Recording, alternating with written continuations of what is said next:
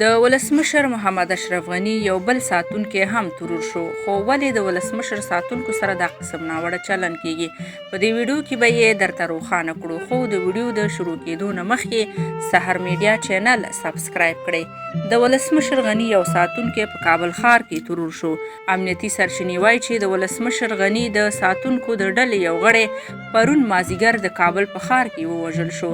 دا سرچینې وایي د ولسمشر د ساتونکو PPS یو کارمن سید عطاالله پرون په 4 بجو کابل ښار په 4مه ناحیه کې د تایمني د نوې پروژې په 2 سړک د ناپېژاندو کسانو لخوا ووژل شو.